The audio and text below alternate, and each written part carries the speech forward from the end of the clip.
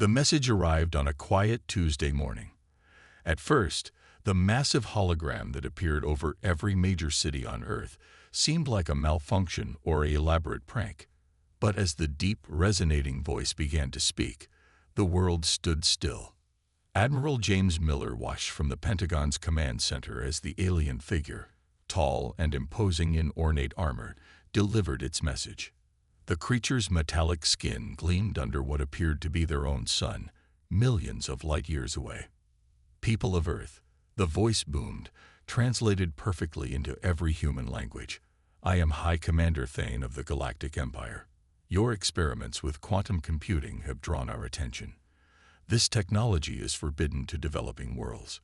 You have 48 hours to surrender all quantum research facilities and data to Imperial control.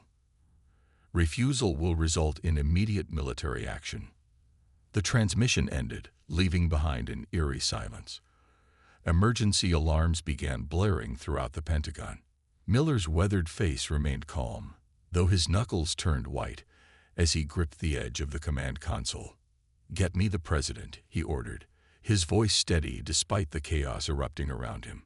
"And find Dr. Wright. Now." Within an hour, the world's leadership had assembled virtually. Miller sat at the head of the conference table, surrounded by holographic projections of presidents, prime ministers, and military commanders from every major nation. "The Imperial ships have taken position around Earth," Miller reported, pulling up satellite imagery. Massive vessels hung in orbit like dark clouds, each one larger than any city on Earth. "Our best estimates suggest their firepower could destroy all major population centers within minutes." The President of the United States leaned forward in her holographic projection.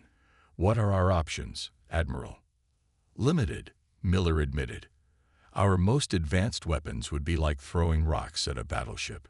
But—" He paused, looking at a message that just appeared on his screen. "Dr. Wright has something we need to see." The door to the conference room opened, and Dr. Anna Wright hurried in. She was younger than most expected, barely in her 40s, with quick, intelligent eyes and messy hair that suggested she hadn't slept in days. "Show them," Miller said. Dr. Wright connected her tablet to the room's display system. "3 months ago, we made a breakthrough at Project Prometheus. We didn't just advance quantum computing. We found a way to merge it with human consciousness." Gasps and murmurs filled the virtual room. The Chinese premier's hologram spoke up first. "What exactly does that mean, Doctor?" "It means," Wright explained, "that we can create a direct interface between human minds and quantum systems. Early tests show subjects can process information millions of times faster than normal, control electronic systems with thoughts alone, and even influence quantum states directly. And you believe this is why the Empire wants our research?" the British Prime Minister asked. Miller stepped in. "We think they're afraid of it. Our intelligence suggests humans might be uniquely suited for this merger. Something about our brain structure. Other species can't do it." The room fell silent as the implications sank in.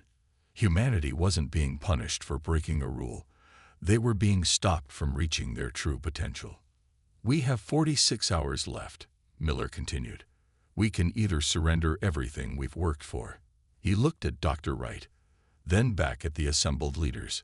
"Or we can show the Empire why they were right to fear us." The president's hologram stood up. "How many people can you enhance with this technology in the time we have left?" "Maybe a dozen," Wright answered. "But that might be all we need to start with." As the leaders began their heated debate, Miller walked to the window. He could see one of the Imperial ships through a gap in the clouds, a dark reminder of humanity's deadline. But for the first time since the message arrived, he smiled. The Empire had made a crucial mistake. They had given humanity time to prepare, and if there was one thing humans did well, it was finding ways to survive against impossible odds. The clock was ticking, and Earth's greatest gamble was about to begin. 2 miles beneath the Rocky Mountains, Project Prometheus hummed with activity. The underground facility, built inside a massive cavern, looked like something from a dream. Blue light pulsed through transparent tubes that ran along the walls, carrying quantum data streams that would have driven any normal computer mad. Dr. Anna Wright stood before the main control chamber, watching as technicians prepared Captain Michael Stone for the enhancement procedure. The soldier lay calmly in the connection pod, even as dozens of hair-thin wires were connected to his neural implant. "Are you sure about this?" Wright asked him. The first full merge could be intense. She checked his vital signs on the floating holographic display, trying not to show her concern. Stone managed a slight smile. "Doc, there are alien warships ready to wipe out humanity. I think we're past worrying about intense." The facility shook slightly as another Imperial scout ship passed overhead, its sensors searching for the secret base. But the quantum shielding held, keeping them hidden from the Empire's eyes. Beginning quantum sync in 3, 2, 1. Wright's fingers danced across the control panel. The blue lights in the tubes surged brighter, and Stone's body went rigid. At first, nothing seemed to happen.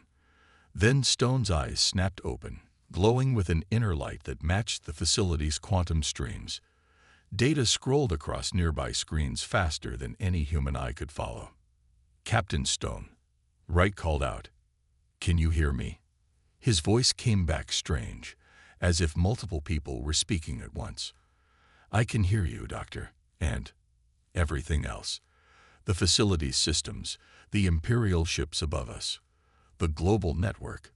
The first Imperial strike hit New York at dawn. Green beams of light sliced through the Quantum Research Center at Columbia University, turning it to ash in seconds.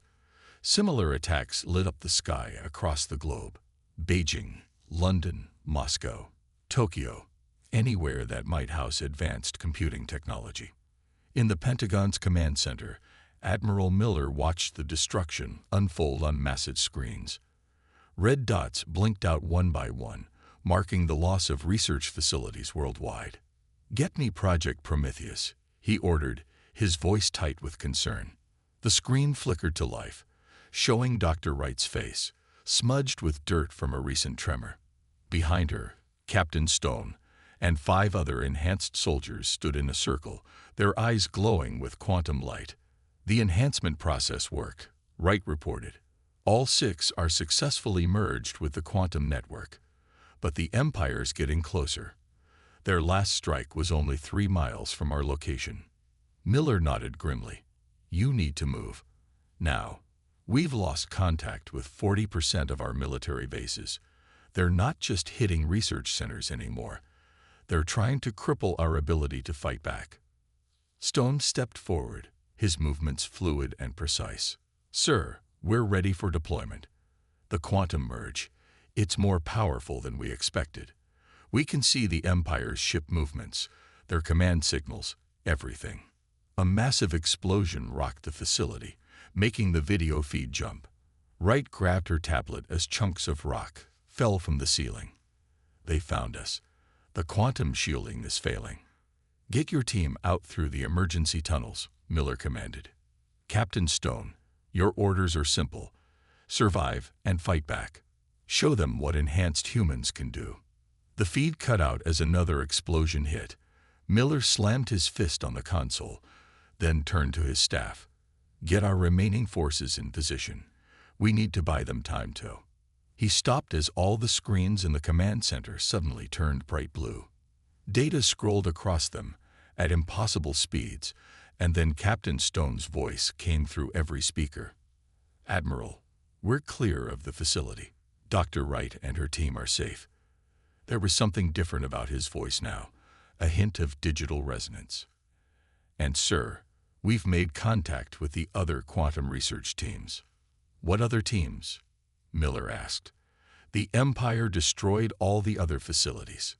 "Not all of them, sir. There were 3 other underground bases, all working on similar projects. The Empire doesn't know about them yet, and—" Stone paused.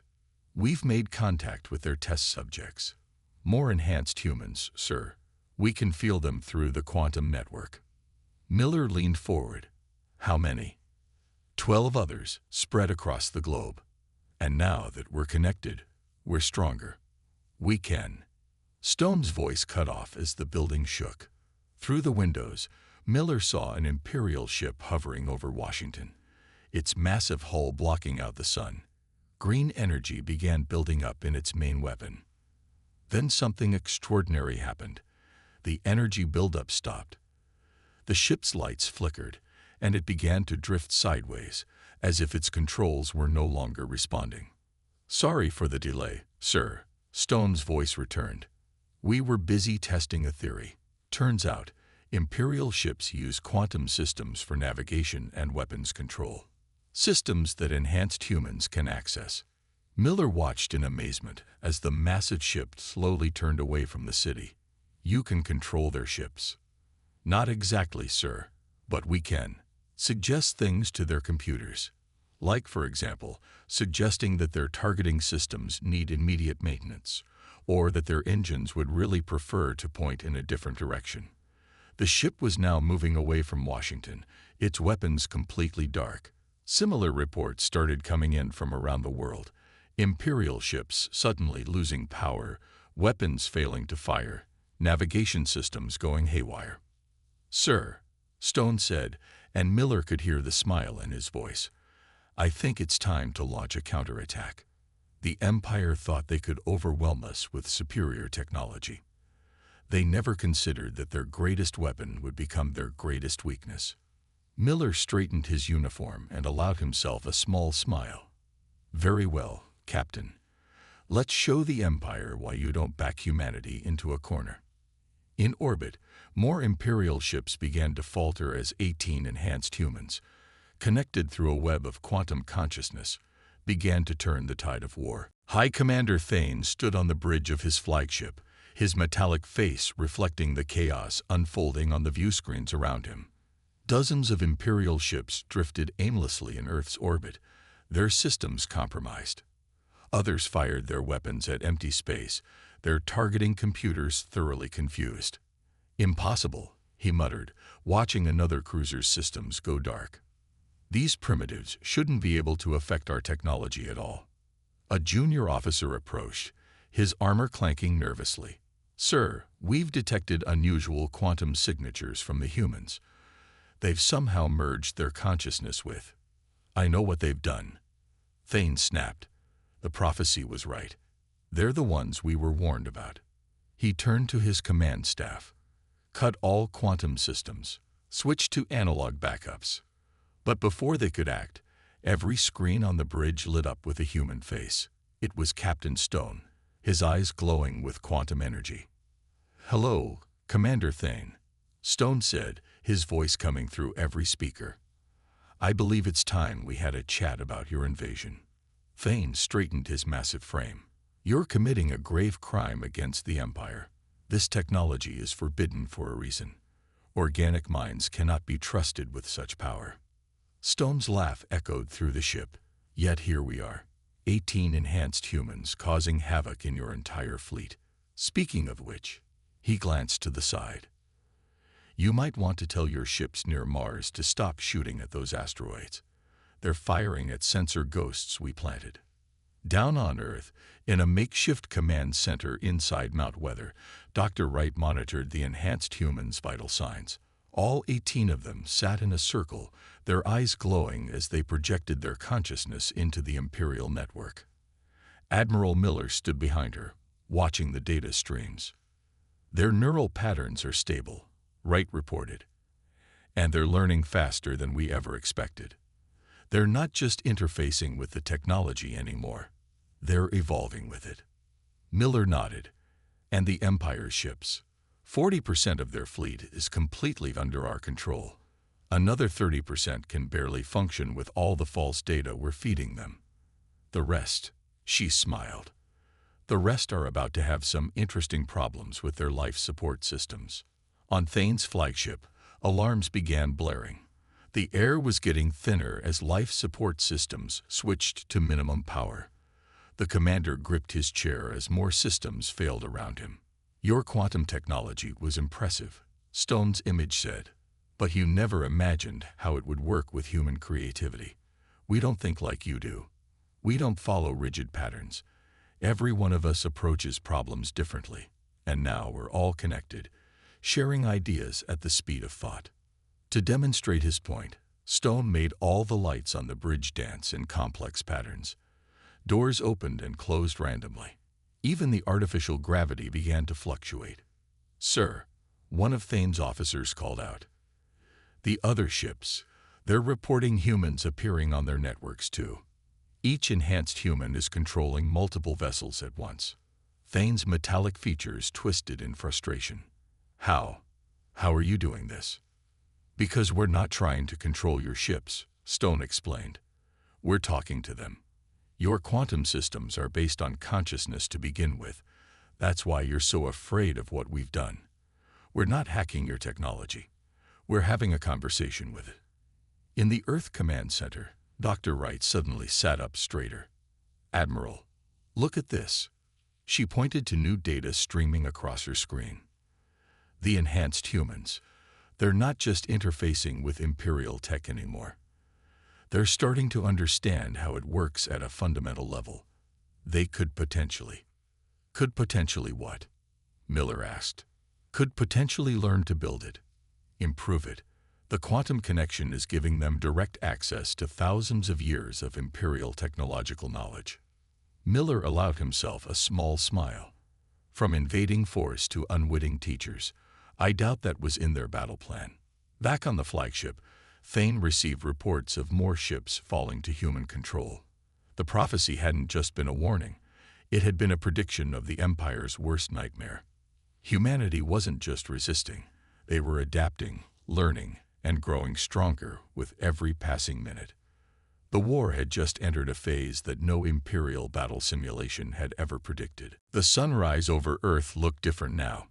Imperial ships hung in orbit like dead metal clouds, their once threatening forms now silent and still. Below them, humanity was changing faster than anyone had expected. Dr. Wright stared at her latest scan results in amazement. "The enhanced humans aren't just controlling the ships anymore," she told Admiral Miller. "Their brains are creating new neural pathways. They're evolving." In the center of the room, Captain Stone and his team sat in their quantum-linked chairs, their eyes glowing brighter than ever. Through their connected consciousness, they saw not just Earth's immediate space, but deep into the Empire's network. "They're calling for reinforcements," Stone reported, his voice echoing with digital undertones. "A lot of reinforcements, but that's not our biggest concern." He turned to Dr. Wright. "Doctor, we think we can share this gift with more people." Wright's eyes widened. "The enhancement process. But we don't have any more pods." "We don't need them," another enhanced soldier, Lieutenant Roberts, spoke up. "We understand the quantum technology now. Really understand it. The Empire's been using it wrong all along. They treat it like a tool, but it's meant to be a partnership." Miller stepped forward. "What are you suggesting?" Stone smiled. "We can broadcast the enhancement signal. Let anyone who wants to join the network do so. The Empire's ships use quantum transmitters. We can use them to blanket the entire planet." "The whole planet?" Wright gasped. "But the mental strain." "Will be shared across all of us," Stone finished. "The more minds that join, the easier it becomes for everyone. We've already tested it on a small scale." He gestured to a group of technicians in the corner, their eyes now glowing with the same quantum light. Before anyone could respond, alarms blared throughout the facility. A young officer rushed in with a tablet. "Sir, Imperial reinforcements just emerged from faster-than-light travel. Hundreds of ships, or maybe thousands." Miller turned to the main screen, watching as new dots appeared around Earth's orbit. The Imperial Armada was massive, stretching out beyond the moon. "They're scared," Stone said quietly. "We can feel it. They've never deployed a force this large, not even for full planetary invasions. They're throwing everything they have at us because they know what happens if we succeed." Dr. Wright looked at her data again. "If we're going to try the broadcast, it has to be now, before they can set up quantum dampening fields."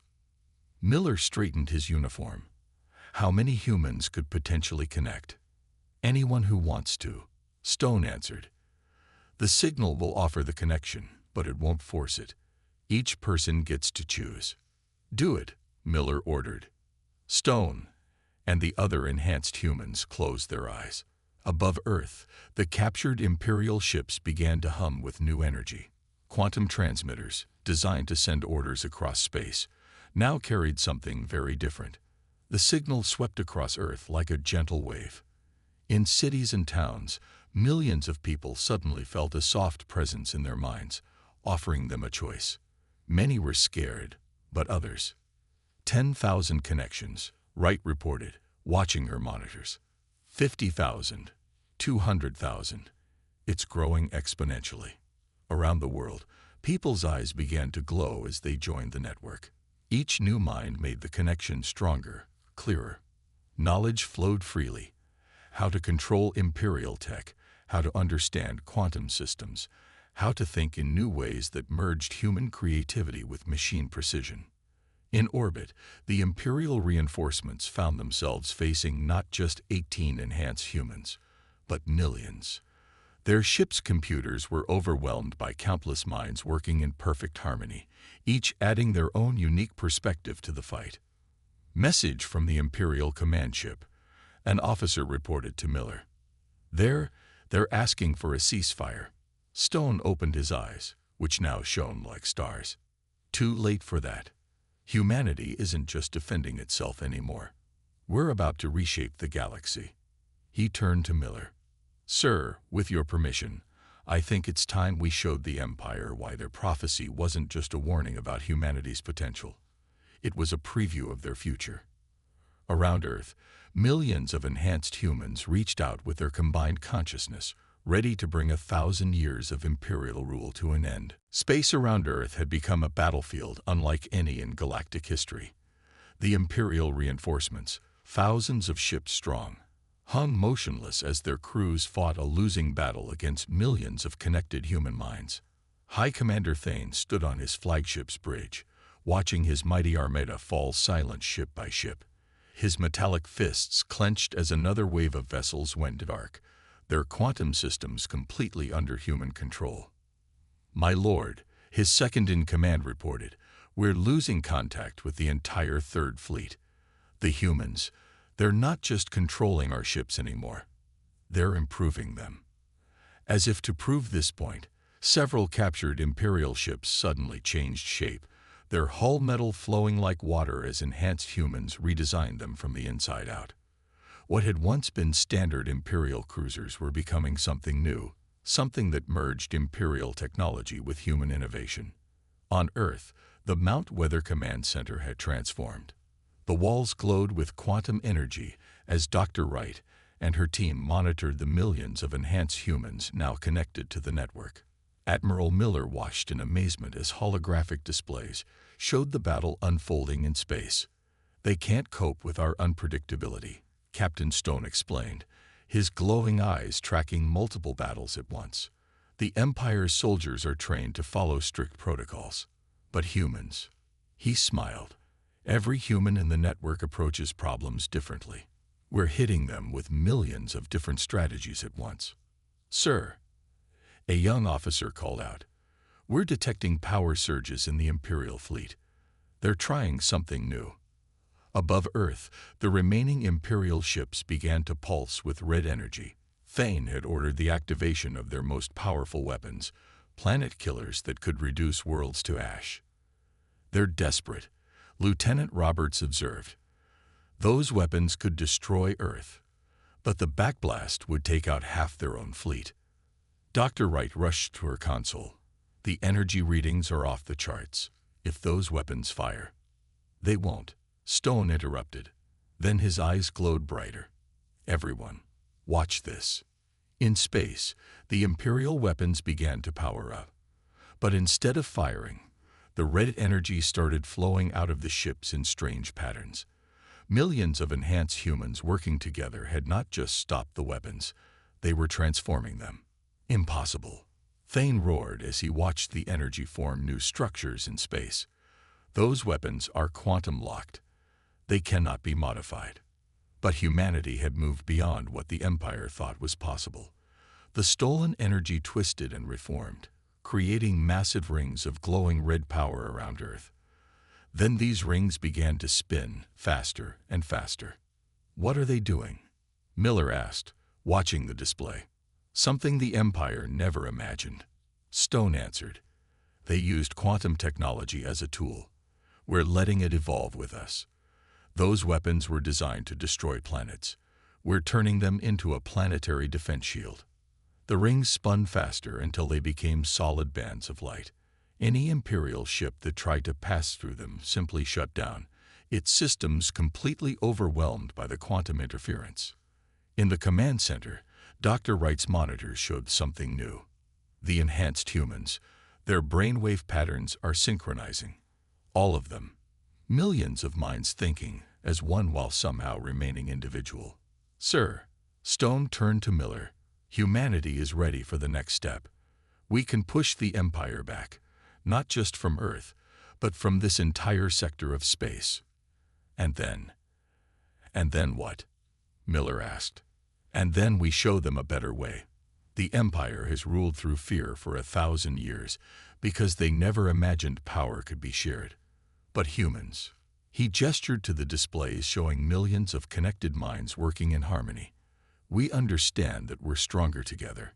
On his flagship, Thane watched as his mighty armada fell apart around him.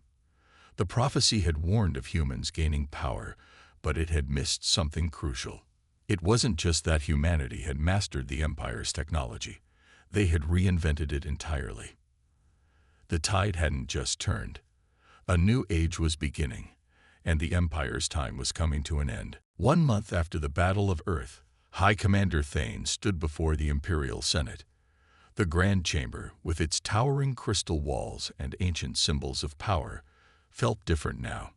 Representatives from 1,000 worlds watched as Thane delivered the news they had feared. "The humans," he said, his metallic voice echoing through the chamber, "have completely transformed the quantum network. Our technology, our ships, our very understanding of consciousness itself. They've changed everything." The Senate erupted in chaos, but everyone fell silent as a new group of delegates entered the chamber. Captain Stone led the human delegation, his eyes glowing softly with quantum light. Dr. Wright and Admiral Miller walked beside him, along with representatives from Earth's enhanced population. "We're not here to destroy the Empire," Stone announced, his voice carrying to every corner of the vast room. "We're here to help it evolve." On the massive screens around the chamber, images appeared showing Earth's transformation. The quantum defense rings still circled the planet, but they now pulsed with multiple colors of energy, each band serving a different purpose. Ships of new design moved between them, combining the best of human creativity with Imperial technology. In 1 month, Dr. Wright explained to the Senate, "We've advanced Imperial technology more than it had changed in the previous 1,000 years, because we didn't just use it, we collaborated with it." Admiral Miller stepped forward. "Earth's space is now protected by defenses that don't just destroy threats, they transform them. Our cities are linked by quantum transportation networks that were previously thought impossible, and this is just the beginning." Stone raised his hand, and the chamber's quantum systems responded instantly, filling the air with beautiful patterns of light. The Empire feared the prophecy because they thought it meant their end. But we're offering something better, a chance to grow beyond rigid hierarchies and fear.